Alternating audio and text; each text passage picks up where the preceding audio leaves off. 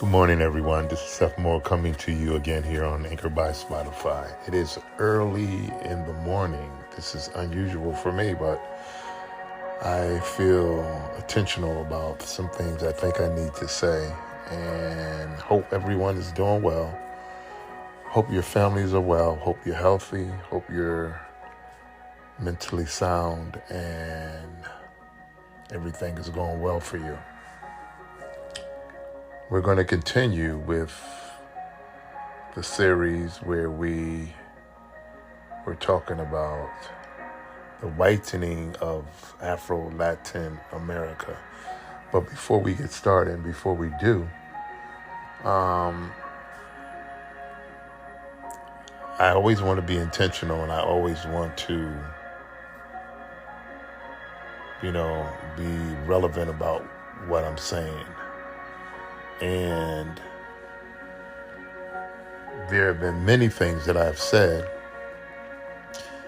But before we get started, let's do our little exercise. Let's take a moment and let's just focus on that center and that third eye. Let's just inhale and exhale for a moment.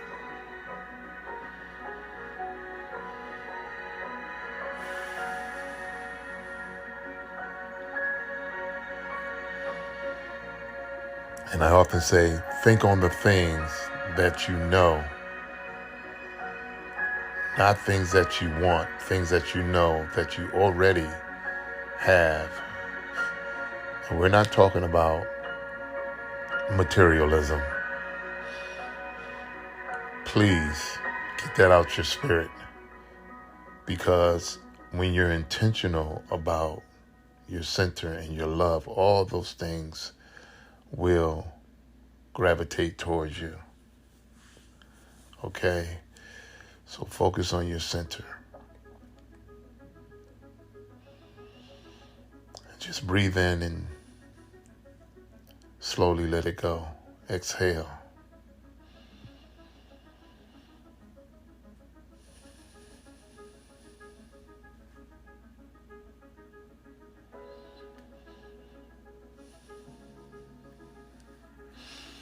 Okay. Now,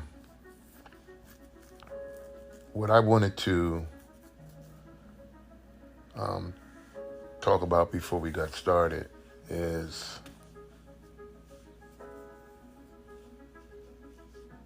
there are a lot of things that are going on in the world, as you all know.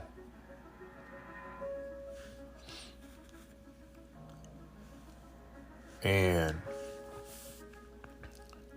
you never want to substitute your spiritual life for anything else. I want to be clear with that. You never want to substitute your spiritual life for anything else.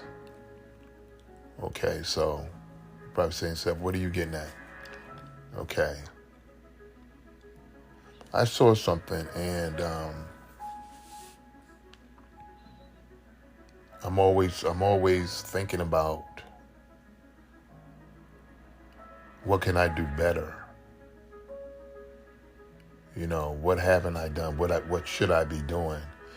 Because a lot of us, we espouse to different things, but when we start putting importance on different things, how do you weigh the importance of what you're aspiring to do, or what should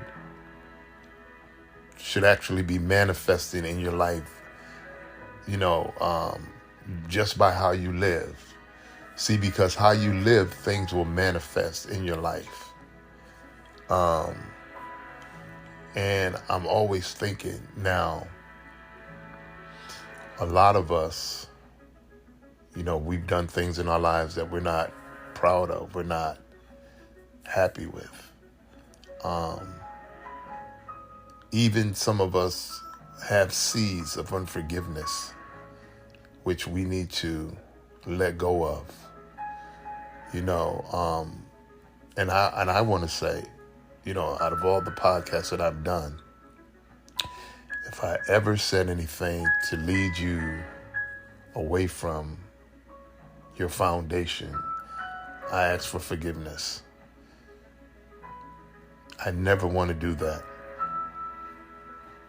Now, a lot of us, we need to forgive things that people have done to us.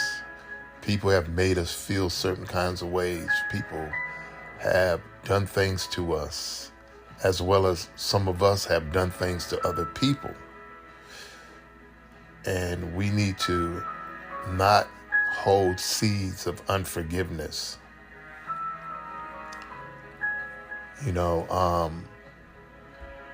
This has been impressed upon me, because I want to have a clean heart. I want to have a clean conscience. That there are things that you despise. Some of us despise about other people. There are people who despise things about you, but they have to come clean with the Creator about that. As long as you do your part, you don't want to hold unforgiveness.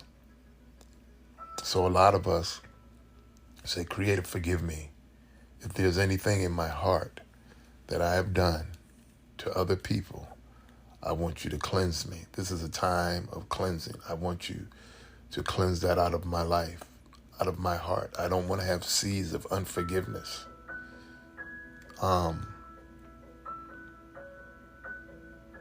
People go to their grave with unforgiveness. People have seeds of unforgiveness. Some people walking around saying that they're not bitter about certain things, but they still hold bitterness within their subconscious, and so they're only fooling themselves.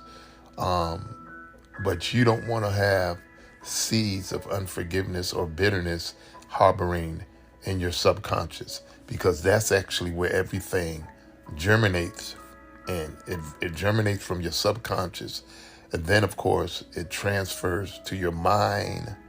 And then what is mind? We've said mind before, right? That mind is ego. A lot of us have egos bigger than our heart. See, and that's a lot of times where we're being tricked, because our egos are bigger than our hearts, and you don't ever want your ego to be bigger than your heart, where your ego blocks you from forgiveness. You understand what I mean? It blocks you from being a forgiven individual, and you don't have individual forgiveness in your heart. People have lied on you.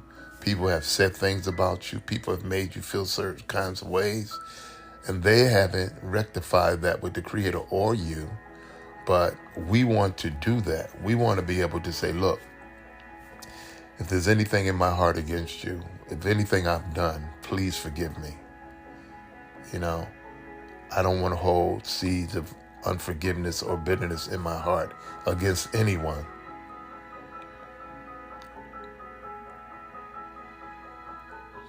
A lot of you are still hurting from things that people have done to you, and you want to let it go.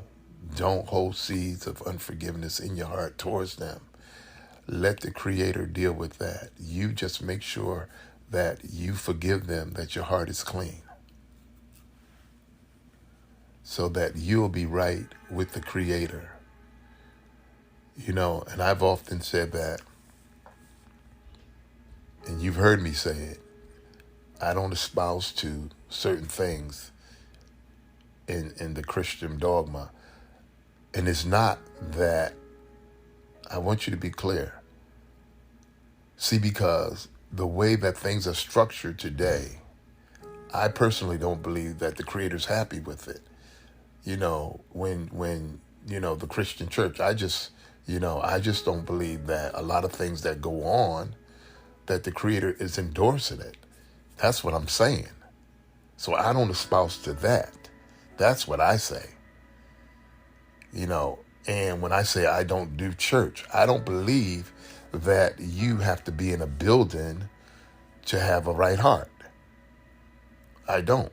See, because there are so many things that are going on in those places. And didn't the scripture says come out from among them? It doesn't only mean come out from among the world. If you have a world within a place, why would you be a part of that? See, some of us are so attached to brick and mortar. We think that if we're not inside of the brick and mortar, somehow our relationship with the Creator is sparse or it's diminished, and it's not. So again, before we get started, before I start reading, we pick up on the series. It seems to be, as I said, it's a lengthy one, so we'll go and as it suits us until we're done. Okay, so I want to say that,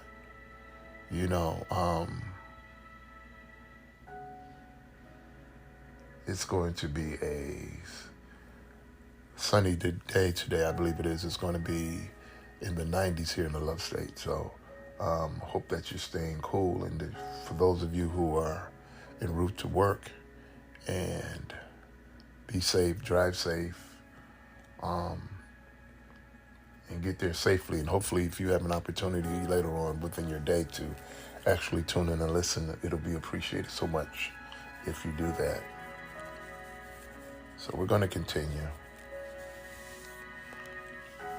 But you want your heart to be right. I'm grateful. I just had another birthday on the 1st. I'm alive and I'm healthy. I'm grateful to the Creator. I'm grateful to my children. I'm grateful to my family. I'm grateful to so many things. Just the universe. Just to be able to breathe in and take in oxygen. You know what I mean? To look at the trees, to go out into nature. And lately, one of the things that I've been doing that I find a real satisfaction in is gardening. Because I like to see things grow. I like to see things grow. That's really what it's all about, seeing the beauty of growth and the beauty of things germinating and blossoming and becoming a full-fledged being or entity or flower or vegetable or fruit. And I don't take any of those things for granted. But again,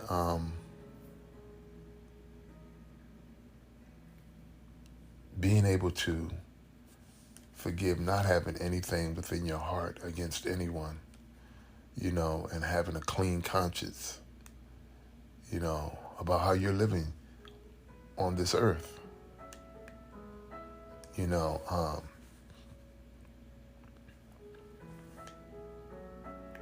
And how you want to be accepted by the Creator. You may not be accepted by everybody else, but how you want to be accepted by the Creator. And so I give you this because I hope, and my prayer is that whatever I'm saying is going to help you. And it certainly is going to help me. Certainly going to help me. And I thought about the hurt and the pain, not just of yourself, but other people. The hurt and the pain that globally around the world, other people undergo every day. You have areas in the continent and around the globe that are, people don't have what you have. They don't have the opportunities that you have. They don't have the luxury of walking into a store and being able to select the foods that you select, even though they're playing with the food today, as you already know. But you of course, you have to be selective in what you buy and stay healthy and to buy those electric foods that keep you alive. Life, giving life to life, as I often say. But there are people who don't have the luxury that we have. And so you have to be grateful for everything that you have and have the wherewithal to share what you have. Because we live in a very selfish society. And it said that the hearts of many would grow colder. And children would be disobedient to their parents. And the love of many will wax cold. And we're seeing that today. But then we're also seeing a resurgence in continuity where people are coming together, because I think the people that the Creator is putting a spirit in the universe where people are coming together as well. But there's still a segment of people who have a cold existence. And it is up to us to try to put some warmth on that. Those of us who are in a spiritual place, who are putting out warmth in the universe where there is coldness, that we can bring warmth, a spirit of warmth from the Creator to those situations where we make a difference. And it is your energy when you entreat other people or when you come into contact, that it is your energy, and prayerfully that energy that you're exuding would make a person feel welcome, make a person feel warmth, make someone feel inviting. Because some of us, we draw people. And sometimes you'll draw the type of people you don't want because you have something they need. You have something they need. And so it's sometimes a lot of us will become defensive or even afraid in some cases, because we say, okay, people in the world are crazy and they have the wrong spirit, and that is the case sometimes. But it is your spirit, that spirit of warmth and invitement that you bring, that make a person feel at ease. You understand what I'm saying? That makes them feel they want to be in your presence. You exude a certain aura and make them feel safe. That's good. That's a good thing. That really is. And so you want to give out that type of energy.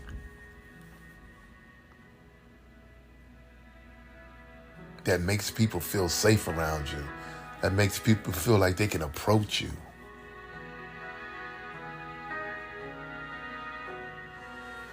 Yeah, and people have made you feel bad. I know. They've made you feel terrible. They've even done things purposely to crush you literally, to make themselves feel big and to make themselves feel important, to make themselves feel better than you. But don't be concerned with that. Forgive them. Because you have also done some things you're not proud of. And you've asked the Creator to forgive you and to pardon you. So we ask for forgiveness today, Creator. We ask for a clean heart. We ask that any thoughts or actions that we've had against anyone else, that you would cleanse us from any thoughts, any actions,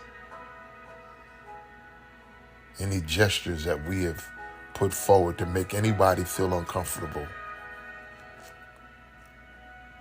We ask for your forgiveness.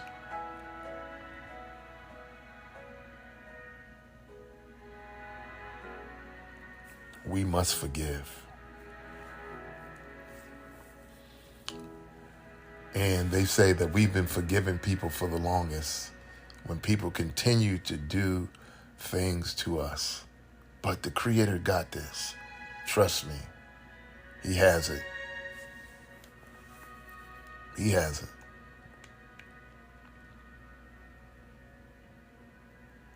And a lot of us are longing for a time when we will be able to be one with those that we love. And even people that have hurt you, even people that you have hurted. We ask that forgiveness is in place as well. Okay, we're going to get started here. And again, I said before, if we're repetitive in some of the things that we have said, it's only because this series is really long and that we're going to do our best to finish, not because we're rushing, but because we want you to get it. Okay, so it talked about the last time we were on.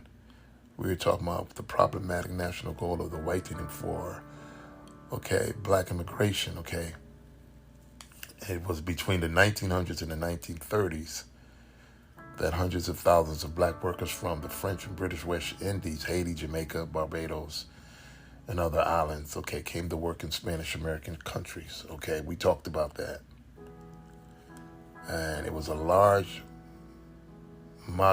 migratory streams went to Cuba, where slightly more than 300,000 West Indians entered the country during those years. Venezuela was 200,000, between 300,000 in Panama, 150,000 to 200,000.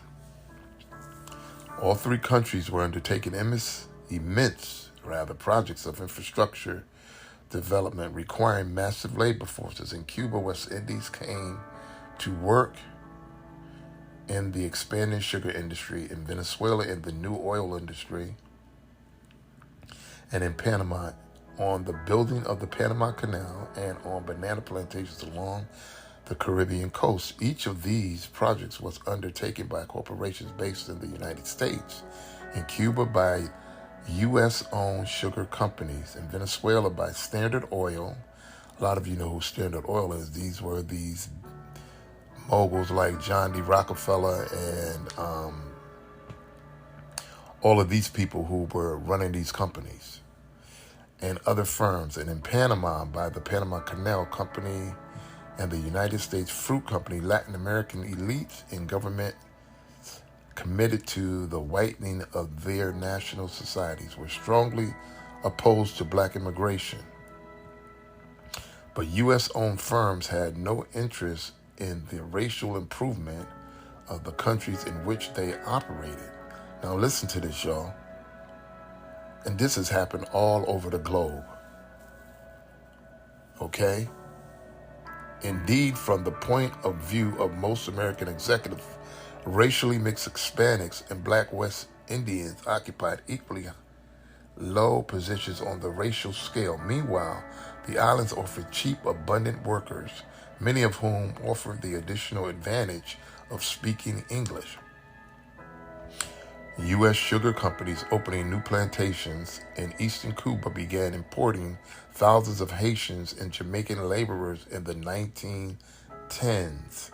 Cuban nationalists bitterly protested this Afronization of the island, but the government was unable to withstand the company's demands and authorized the entry of black workers. The same was true in Venezuela and Panama, where by 1913 and 14, some 45,000 to 50,000 men were on the Panama Canal Company payroll. In a country of fewer than 500,000 of those workers, the great majority were West Indian. This was also the case on the banana plantations of the United States Fruit Company built along the sparsely settled Caribbean coast of Panama, Costa Rica, and Honduras.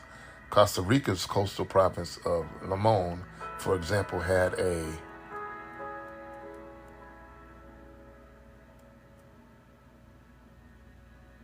West Indian migration. The SS Econ arrives in Panama with laborers from Barbados, 1909, and it shows photographs here by 1909, they had, excuse me, they had it was unreal. They had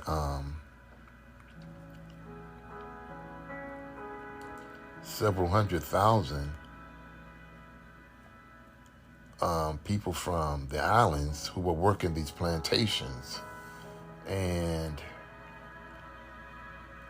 that's why when we say that blacks built the country, it's not an exaggeration, because all of these places that I'm reading to you, these were indigenous places: West Indians, Barbados, Honduras, Costa Rica, Brazil, Cuba, Mexico, Venezuela. All of these people, all of these places. Now listen, all of these places were indigenous, where black people were, for lack of a better term. Don't like using that black term, but I like to say indigenous.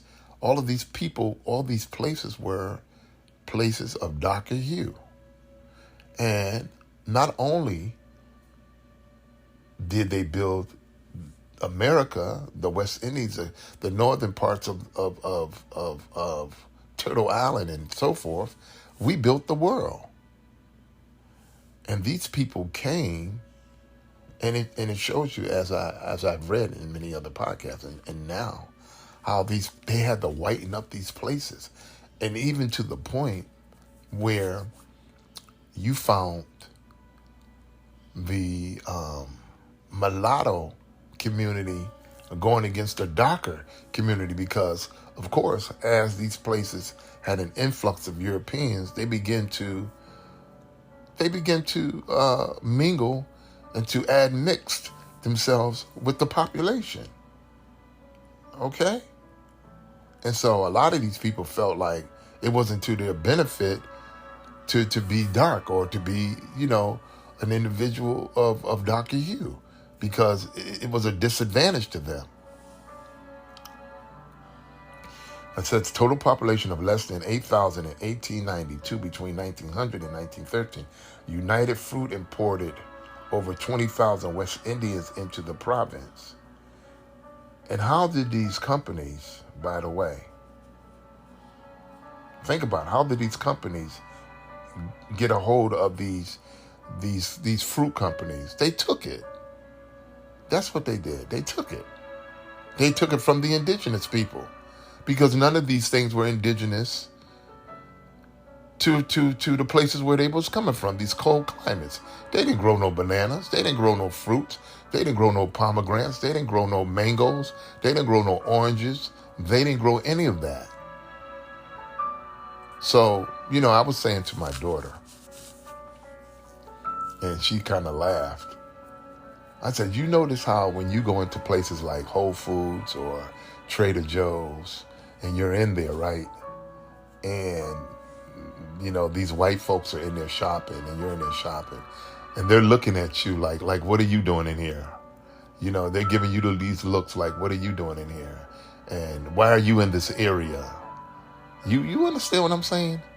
And you're looking at them, and you're saying, wow, the nerve of you. See, when you think about this, it's just like what I'm reading here. It's amazing, the gall and just the sheer arrogance and blatant nerve that these people have. And if it wasn't for us, none of this stuff would be in these stores. And then on top of it, the sheer gall is that none of this stuff that they enjoy was indigenous to where they come from. You understand what I'm saying? Here you're talking about a people who were starving. These people were starving, literally. When they came to the Americas, and they came to all of these islands where we had an abundance We're not going to even mention the continent right now.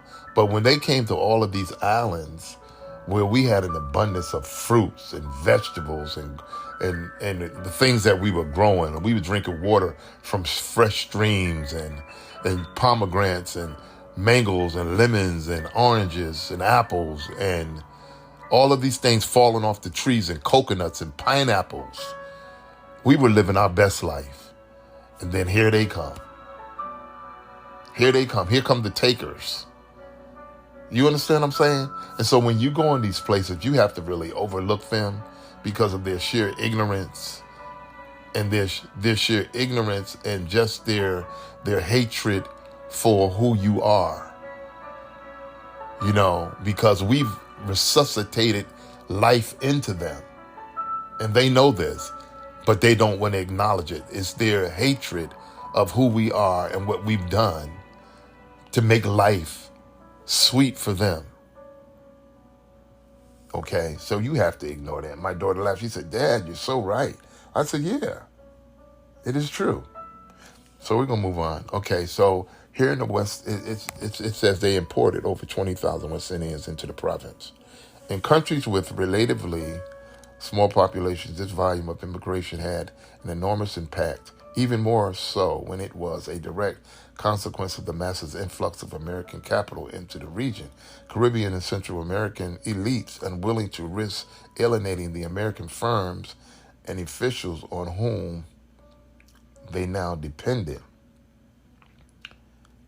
and at the same time deeply resentful of that very dependence. See what I just said?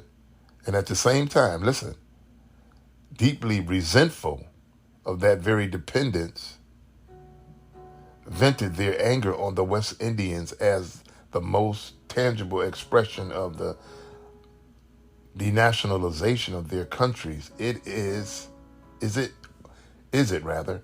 already the beginning of the end? Ex the Costa Rican magazine Reportorio Americana in 1923, reporting on United Fruit Company's plan to bring more West Indian workers to its plantations in Honduras. The magazine protested that Honduras will be buried beneath a Haitian republic instead of 700,000 light-colored Hondurans, when we will rather have 4 million dark Atilians. The Atlantic coast will be transformed into a solid mass of soot, and the Caribbean Sea into a charcoal sea. By 1930, the magazine was even blunter. What do we want Costa Rica to be, white or black? Listen to this, y'all. It was bad enough, the writer complained, that the Atlantic coast was overrun by West Indians, meaning black people, right? Now, as United Fruit proposed to build new plantations on the Pacific coast, Costa Rica faced the movement of West Indians into the central part of the country, as well as the loss of one of the principal causes of the country's prosperity and progress. Now, let me say this. It's amazing because the plot has always been to divide and conquer. Now, darker people from these different islands and so forth, we shouldn't be fighting one another. We're not one another's enemies. It is those people who have come and taken what belongs to us. Okay, make no mistake about it. It is those people who have come and subjugated and taken what is ours. Okay, so they'll get us to fight one another so that we'll forget exactly who the enemy really is. Okay, so we shouldn't be fighting one another. But of course, when you have a population of that mixed gene, that's a dangerous gene right there. That mixed gene, it confuses. It confuses people. It makes people have to choose a side. Okay? That's why I am not for mixing genes. I'm not for that. That's just me. And even in the Bible tells you to not mix with other people. Stay with your own people. Okay, some of us don't get that. It's not about racism. It's about keeping your lineage pure. Okay? When you mix with that other gene, that hybrid gene, you're going to have problems. Trust me, you're going to have problems. Okay? Now, people could call it whatever they want, but history proves that. I love black women, period. I'm always going to. You know, I'm not against anybody else. I'm staying with mine. Okay? So we can see how that mixture causes problems. It creates wars. And we already read here in several segments, where that population that was mixed began to say, hey, I don't want to be like them. I don't want to be black like them.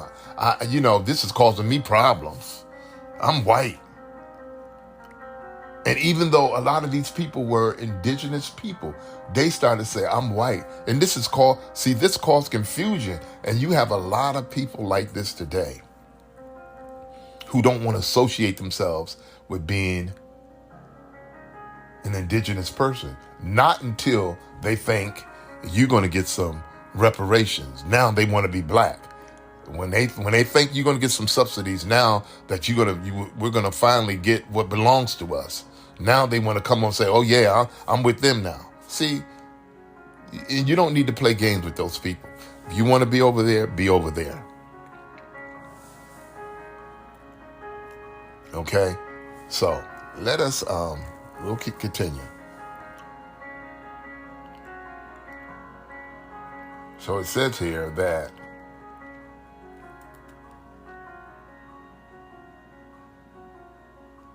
United Fruit proposed to build new plantations, as I read, on the Pacific coast. Costa Rica faced the movement of West Indians into the central part of the country, as well as the loss of one of the principal causes of the country's prosperity and progress, the homogeneous racial composition of its inhabitants. As a human being, I don't hold anything against anybody, whether they be white, Chinese, or black, but this is a problem into which sentimentality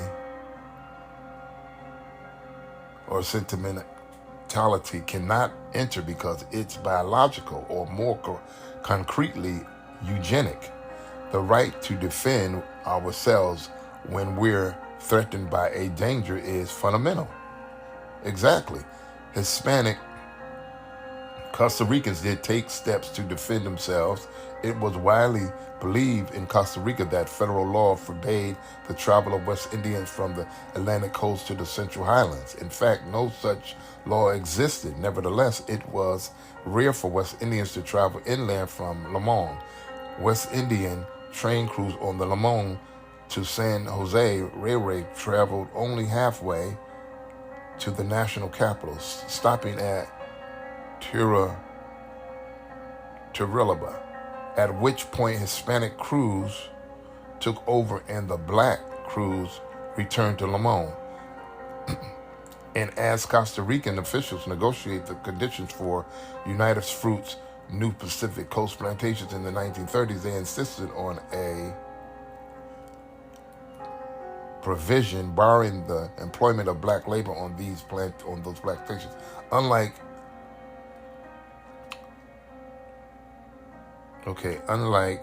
an attempted governmental restrictions on West Indian labor in other countries, this one was actually enforced. Elderly West Indians interviewed in the 1970s recall traveling to the Pacific Coast plantations in the 1930s and being denied jobs there because it's against the law.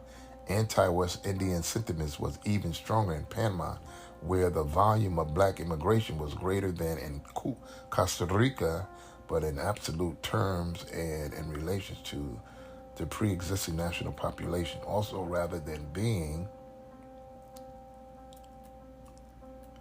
concentrated in a remote, relatively uninhabited part of the country. In Panama, West Indians poured into the nation's two principal cities, Panama City and Colón, and took the bulk of jobs in building and operating the country's most important revenue-producing facility, the Panama Canal. Now, look at this. Look at this. So, it's no wonder who built the Panama Canal.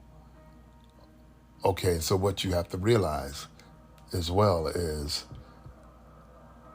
see the culture that was created, the culture in which peering your brothers and your sisters against you, where you're fighting. They take over what is yours, then they have you fighting for jobs, for things that literally belong to you. Belong to you. So there was a culture of competition that was created because of not only classation and causation, but also because of skin hue. I'm light, so I should get the job. I'm whiter, so I should get the job. And to the point where it became a real situation where Black West Indians were coming into parts of Colón and Limón and certain areas. They weren't wanted because they made the Spanish or those who were Spanish speaking feel entitled in certain areas. So they was playing against one another. So the whole divide and conquer thing, you understand? And it's still going on today.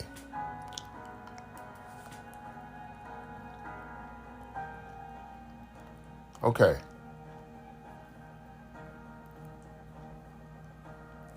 Panama's delegates to the 1919 meeting of the International Labor Organization protested bitterly the presence of tens of thousands of Antilleans who are intellectually and racially inferior to the Panamanians, whose religion and customs differ from ours, speaking a language different from ours. 5 years later, Orlando Alfaro's El Peligro Antillano en la America Central, the West Indian danger in Central America, appealed to the other Latin American nations to help Panama prevent the formation in the heart of Latin America of a powerful nucleus of a race that is foreign and strange. In almost all of its manifestation 2 years later in 1926, the Panamanian Congress outlawed the immigration of non-Spanish speaking blacks and required that the workforces of all Panamanian enterprises be at least 75% native born, since Panama had no authority over the canal zone. These restrictions did not apply to hiring there, and United Fruit easily won exemptions for workers on its plantations. In the face of these rebuffs, anti-West Indian sentiment continued to fester, leading in 1933 to the formation of Panama for Panamanians, a nationalist civic organization whose founder, former Panama City Police Chief Nicolas Ardito Paleta, approvingly cited Nazi anti-Semitism as a model for the Panamanians should treat the hatred West Indians. Ain't that something? See, it is amazing. It is amazing in how they use these tools to divide and to conquer. And I want y'all to see this, that this has been going on forever. I want you to see this. Spanish-speaking people who were black, dropped off somewhere else, fighting against West Indians because they spoke differently and they looked differently. But all people still darker hue. Okay? And this was done on purpose.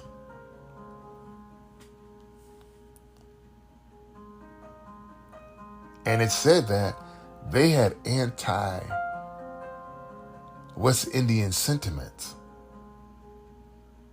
Okay?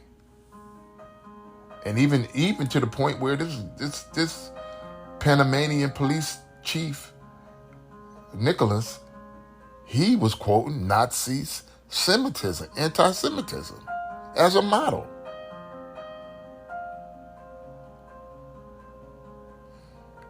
Saying that how they should treat the West Indians. Anti-West Indian feelings produced its most vicious outcome in the Dominican Republic.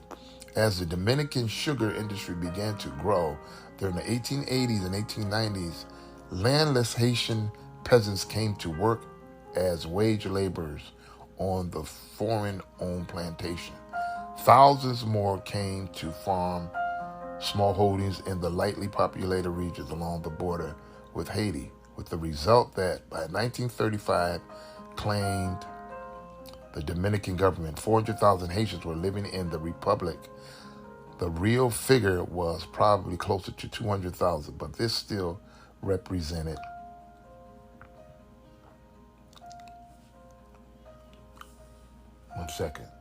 more than 10% of the national population.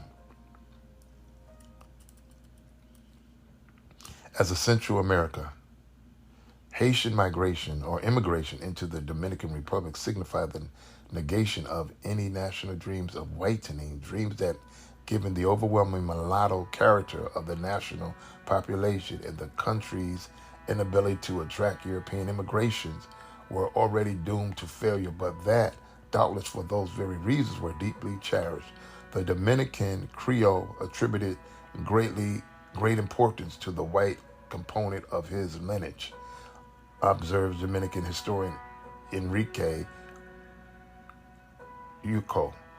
And this attitude became even more pronounced during the years of the export boom, as the entry both of foreign capital and of Atlantic racial ideologies heightened national sensitivity to the question of race and language, recalling the colonial caste laws. Afro-Dominicans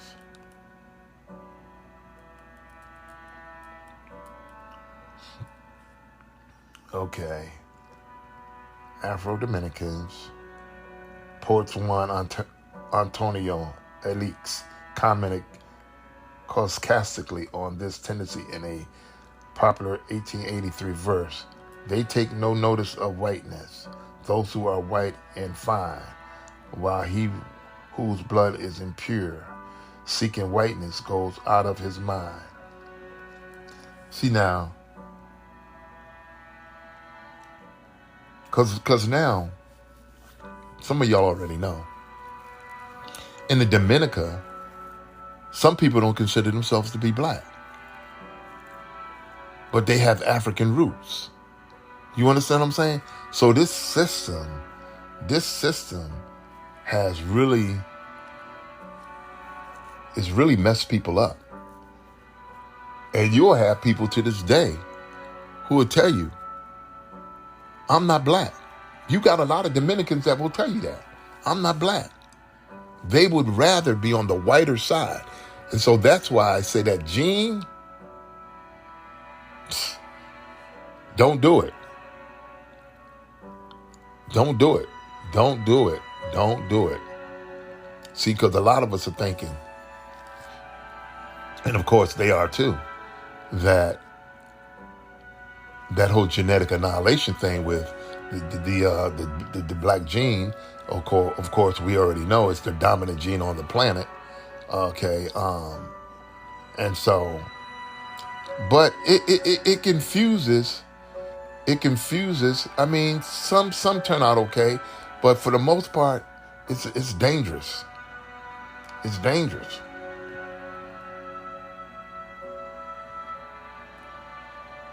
Okay, and as I read,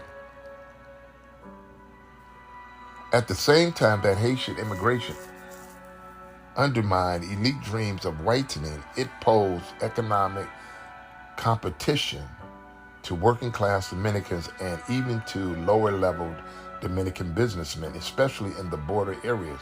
The relative success of Haitian smallholders, traders, and business people provoked resentment among their Dominican competitors. Many attributed that success to the Haitians' relationship with the African gods of voodoo, like Santeria and Candomblé, an African-based New World religion, alleging a certain magic to Haitian money that Dominicans could not share. Okay, and so there was resentment there because the Haitians, they came with some stuff, and the Dominicans was like, okay, we ain't privy to that. So they came with some stuff. Y'all ain't, we closer to Africa. We not saying y'all are not, but okay, y'all want to play those games? See, and as you already know, right? As you already know, they vowed to keep the Haitians discombobulated and poor because of the Haitian Revolution, and they ran the French. They whooped the French's ass. You know what I'm saying? And so they're paying for that to this day. And Haiti is a beautiful place, but they only show you the poor parts of Haiti. But Haiti is beautiful, y'all. Okay?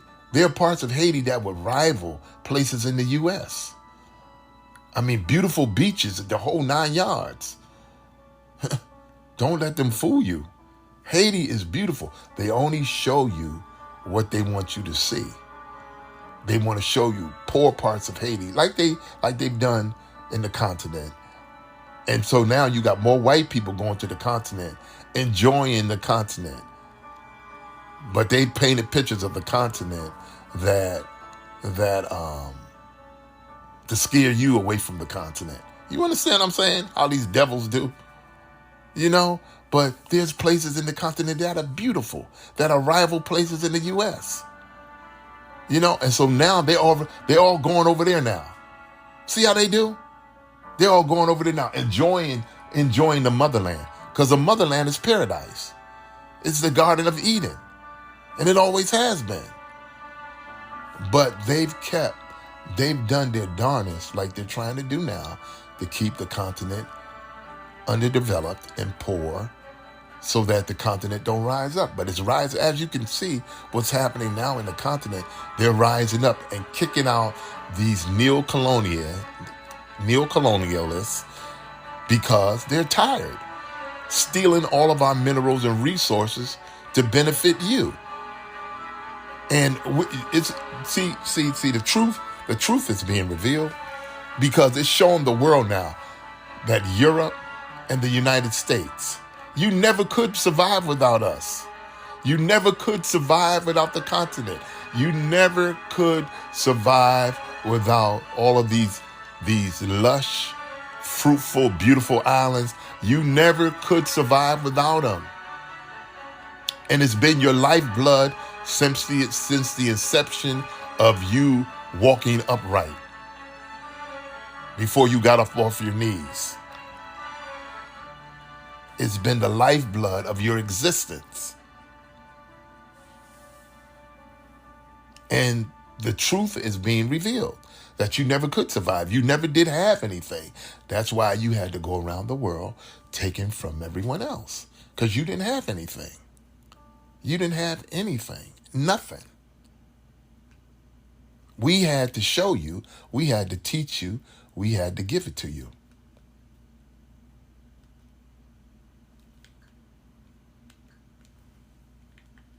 Yes, we had to give it to you.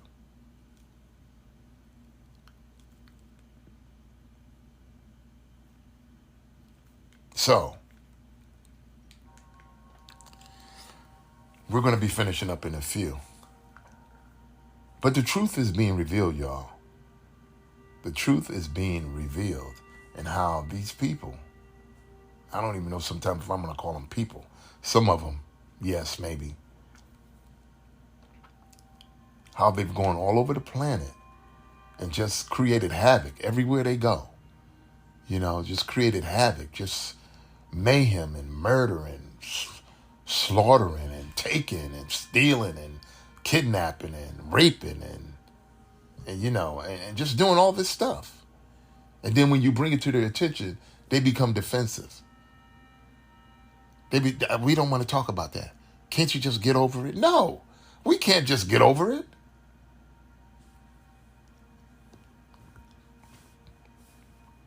So here it is. On all these grounds, racial, demographic, economic, cultural, even magical, Haitians supposedly represented a threat to the Republic.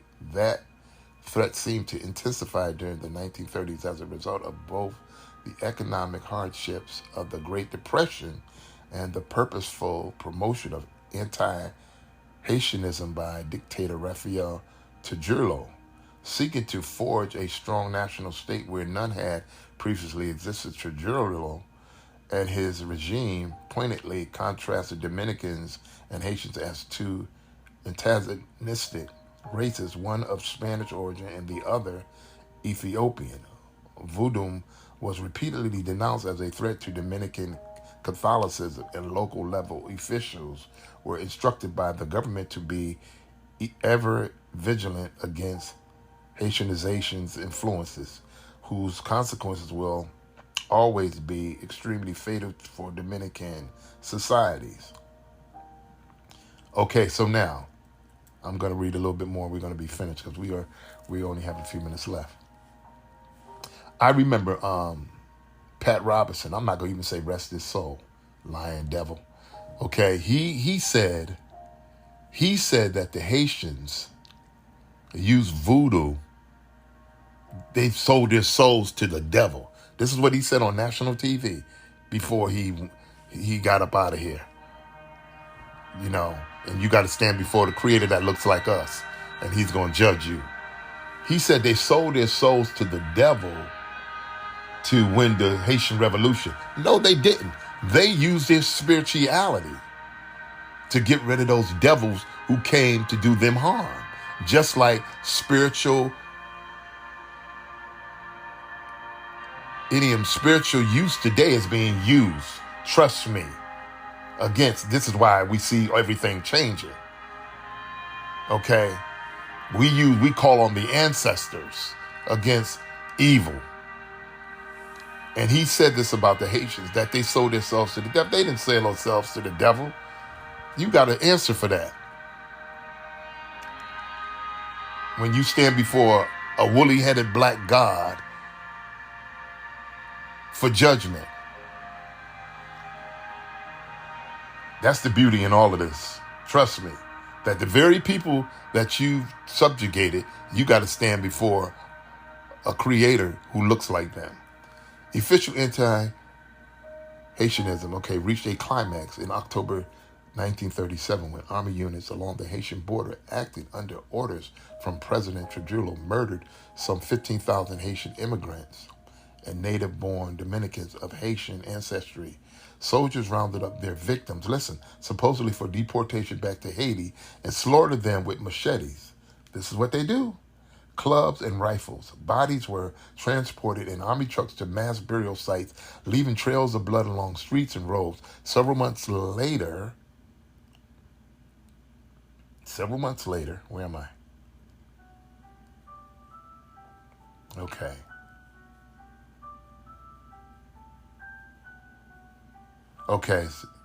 Several months later, following protests by Haiti, the Trujillo regime acknowledged its complicity in the killings and agreed to pay Haitian an indemnity of $750,000, later reduced to $525,000, approximately $35 per victim. It is unclear whether the amount was even fully paid.